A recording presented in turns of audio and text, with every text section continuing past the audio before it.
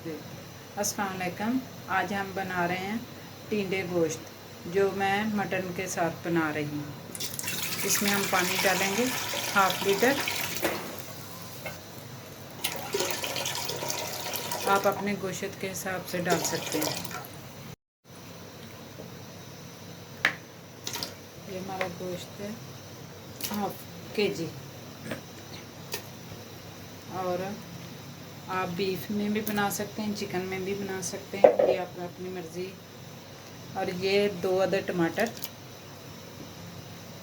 और 2 अदद प्याज दरमियाने साइज़ के, इसको मैंने रफली चॉप कर लिया। और अब हम इसमें कुछ खड़े मसाले भी साथ ही डाल देंगे बॉयल के दौरान। इसमें हमारी जाएगी दालचीनी का 1 टुकड़ा,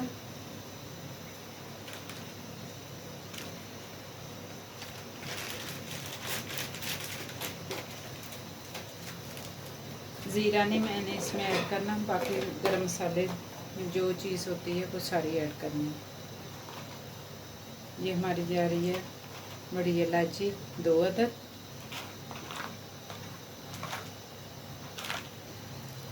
अब हम इसमें डालेंगे 7 से 8 काली मिर्चें, लौंग और 2 से 3 अदद छोटी इलायची। ये हमारी छोटी इलायची। और इसमें साथ ही हम डाल देंगे 1/2 चम्मच हल्दी, 1 से 1.5 चम्मच कुटी हुई लाल मिर्च,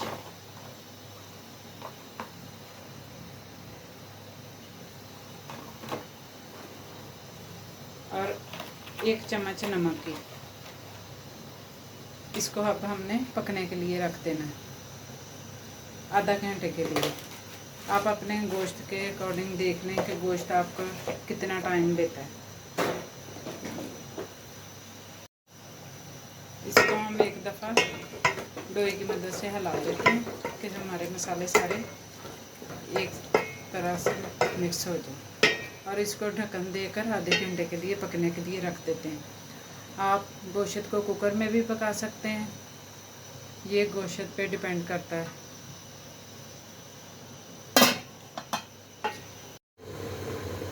इसमें हम डालेंगे 2 चम्मच अदरक लहसुन का पेस्ट, और साथ में ये हमारे पास धनिया 2 चम्मच, ज़ीरा 2 चम्मच और 1 चम्मच काली मिर्च को मैंने रोस्ट करके तो ग्राइंड कर लिया, ये भी हम साथ ही डाल देंगे। इसको हल्का सा हिला दें।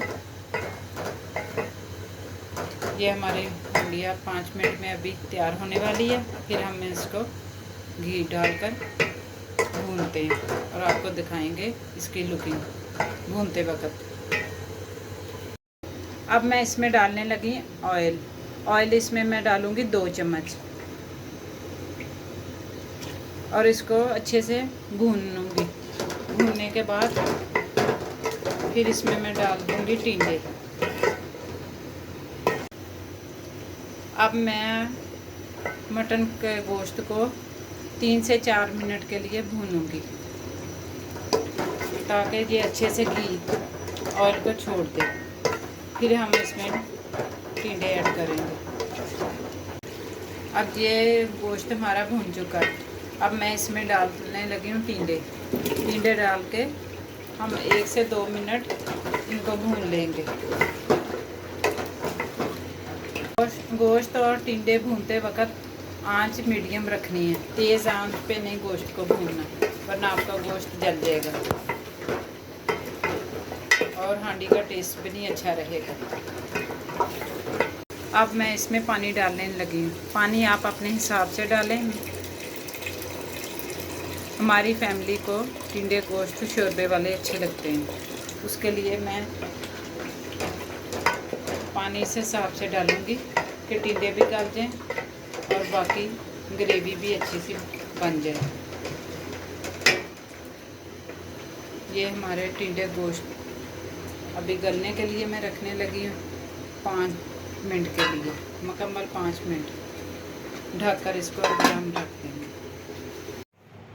ये हमारे टिंडे गोश्त फाइनल लुक तैयार हो गई है।